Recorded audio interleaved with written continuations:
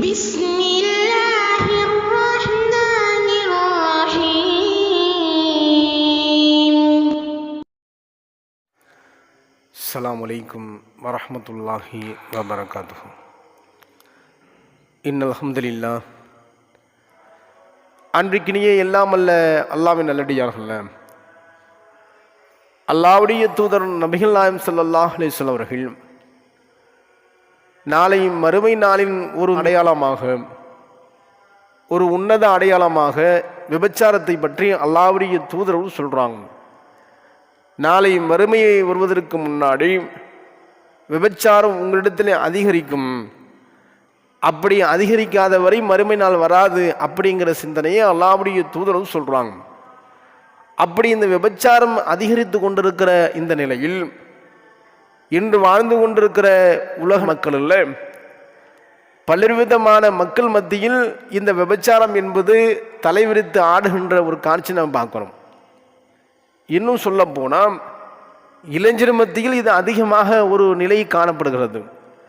அப்போ நாம் இதன் பக்கம் செல்லக்கூடாது என்று சொன்னால் இளைஞர்களும் இஸ்லாமியர்களும் தொழுகையை நிலைநாட்டக்கூடிய மக்களாக இருக்க வேண்டும் அப்படிங்கிற விஷயத்தை நாம் அறிந்து கொள்ள வேண்டும். ஆனால் அல்லாஹ்வுடைய தூதர் சொல்கிறாங்க, இந்த விபச்சாரம் ஒருவன் புரிந்துவிட்டால் என்னென்ன விஷயம்லாம் பாதிப்பு ஏற்படுகின்றன. இந்த உலக வாழ்க்கையிலும் பாதிப்பு இருக்கிறது, நாளை மறுமையிலும் பாதிப்பு இருக்கிறது, கபருடைய வாழ்க்கையிலும் அதில் வேதனை இருக்கிறது என்பதை நாம் விளங்கிக் கொள்ளணும். அல்லாஹ்வுடைய தூதர் சொல்கிறாங்க, இந்த உலக வாழ்க்கையில் ஒருவன் விபச்சாரம் செய்துவிட்டால் அவன் விபச்சாரம் செய்கின்ற பொழுது ஈமானை இழந்து விடுகின்றான். ஈமான் என்பது மிக முக்கியமானது.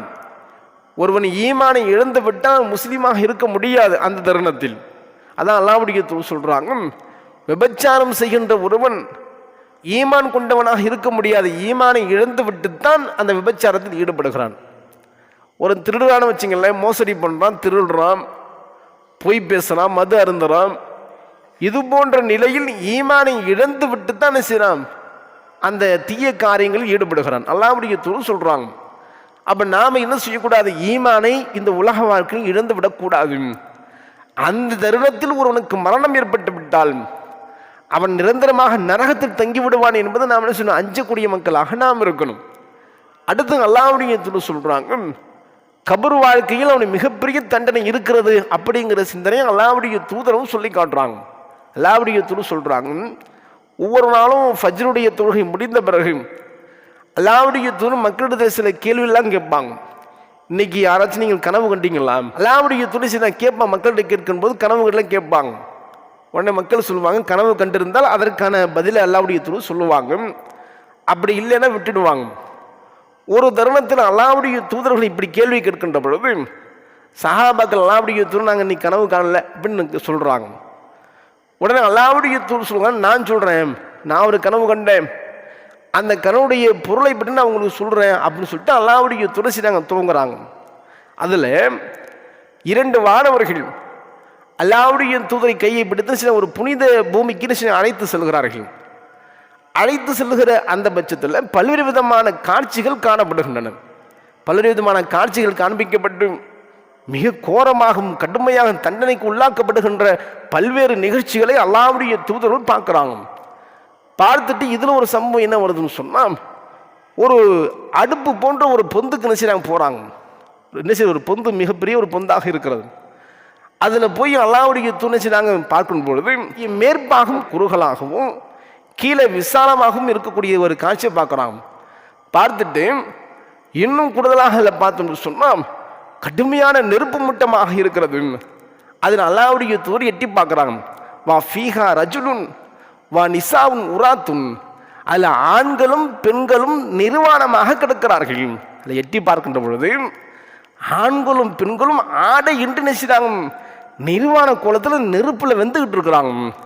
இது அல்லாஹ்வுடைய தூதர் பார்த்துட்டு இவர்கள் யார் என்று அல்லாஹ்வுடைய தூதர் கேட்கிறாங்க. உடனே சில செய்தியெல்லாம் சொல்லிட்டு நினைச்சுவாங்க. லாஸ்ட்டில் இறுதி கட்டத்தில் அல்லாஹ்வுடைய தூதருக்கு இந்த வானவர்கள் பதில் சொல்லுவாங்க, அந்த அடுப்பு போன்ற பொந்தில் நீங்கள் பார்த்தீங்களே, ஆண்களும் பெண்களும் நிர்வாணமாக கறி கொண்டிருந்தார்களே, அவர்கள் யார் என்று சொன்னால் விபச்சாரத்தில் ஈடுபட்டவர்கள். அல்லாஹ்வுடைய தூதர் சொல்றாங்க. நீ பார்க்குறோமா இல்லையா, எத்தனை பெண்கள், ஆண்களும் பெண்களும் சர்வ சாதாரணமாக விபச்சாரத்தில் ஈடுபடக்கூடிய பெண்கள் இருக்கிறார்கள், ஆண்கள் இருக்கிறார்கள். இளைஞர்கள் அதிகமாக ஈடுபடுகின்ற ஒரு சூழ்நிலை இருக்குதா இல்லையா? அல்லாஹ் ரப்பில் ஆலமீன் திருமறை குர்ஆனில் சொல்லுகின்றான், வலா தக்ரபு ஸினா இன்னஹு கான ஃபாஹிஷத்தன் வஸா சபீலா. நீங்கள் இந்த விபச்சாரத்தின் பக்கம் நெருங்காதீர்கள், கிட்ட கூட நெருங்காதீங்க, அது ஒரு தீய காரியம், வெட்கக்கேடான காரியமாக இருக்கிறது என்று சொல்லி அல்லாஹ் ரப்பின் திருமறை குர்ஆனில் சொன்ன பிறகும் இவர்கள் விபச்சாரத்தில் ஈடுபட்டவர்கள், அதனால தான் இந்த தண்டனை என்று சொல்லி அல்லாஹ்வுடைய தூதர் சொல்லுகின்ற காட்சியை பார்க்கணும்.